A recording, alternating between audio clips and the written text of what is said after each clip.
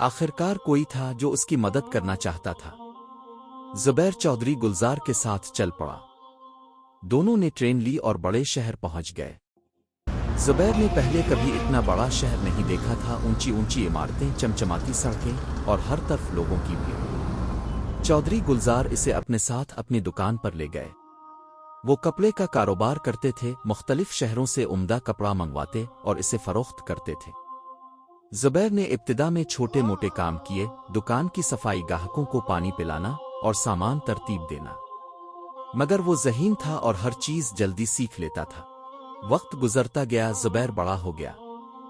اس نے نیا فیشن اور ڈیزائن متعارف کرانے کا مشورہ دیا اور منفرد انداز میں کپڑوں کو فروخت کرنا شروع کیا۔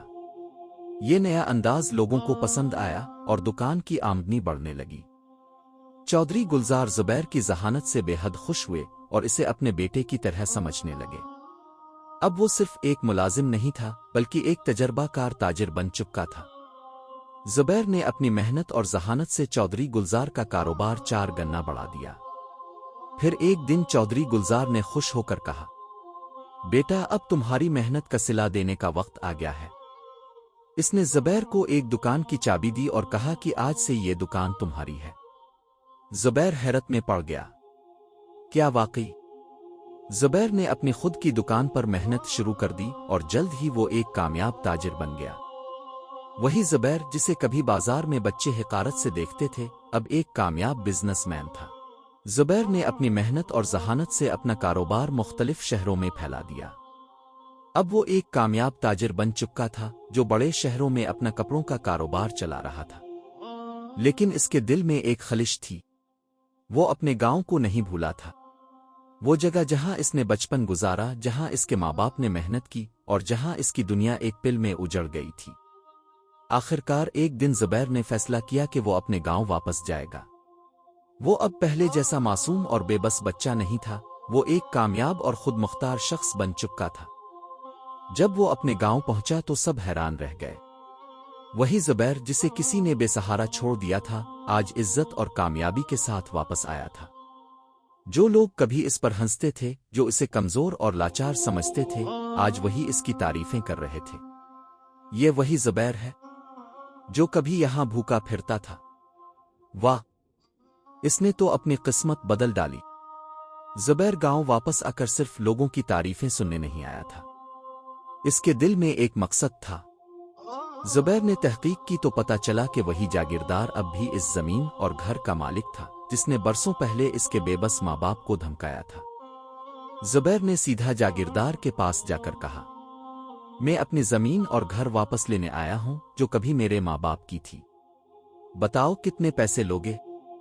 جاگیردار حیران رہ گیا، وہ کبھی سوچ بھی نہیں سکتا تھا کہ وہی غریب اور یتیم زبیر جسے اس نے بے گھر کر دیا تھا، آج اس کے سامنے فخر کے ساتھ کھڑا ہوگا۔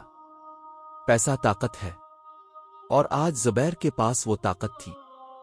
جاگیردار کو معلوم تھا کہ زبیر اب بڑا آدمی بن چکا ہے اور وہ اس سے الجھنا نہیں چاہتا تھا۔ اس نے زیادہ قیمت مانگی مگر زبیر نے بغیر کسی بحث کے پوری رقم ادا کر دی۔ آخرکار وہ زمین اور گھر پھر سے زبیر کے نام ہو گیا۔ جس گھر سے اسے 9 سال کی عمر میں نکال دیا گیا تھا، آج وہی گھر اس کی ملکیت بن چکا تھا۔ یہ صرف ایک زمین نہیں تھی، یہ اس کے والدین کی یاد، ان کی محبت اور ان کی قربانی کی آخری نشانی تھی۔ زبیر نے گھر کی مرمت کرائی، درخت لگوائے اور وہاں ایک تختی لگوائی۔ یہ گھر رحمت دین اور ان کی اہلیہ کی یاد میں بنایا گیا ہے جو ہمیشہ محنت اور ایمانداری پر یقین رکھتے تھے۔ دوستوں، زبیر کی کہانی ہمیں سکھاتی ہے کہ اگر کوئی شخص ہمت نہ ہارے تو وہ اپنی تقدیر بدل سکتا ہے۔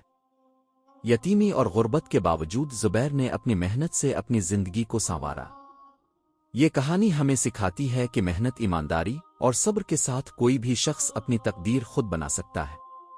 دوستوں، اگر یہ کہانی آپ کو پسند آئی ہو تو براہ کرم اسے لائک کریں، اپنے دوستوں کے ساتھ شیئر کریں اور اپنی قیمتی رائے کمنٹس میں ضرور دیں، کیونکہ آپ کی محبت اور حوصلہ افزائی ہی ہماری اصل طاقت ہے۔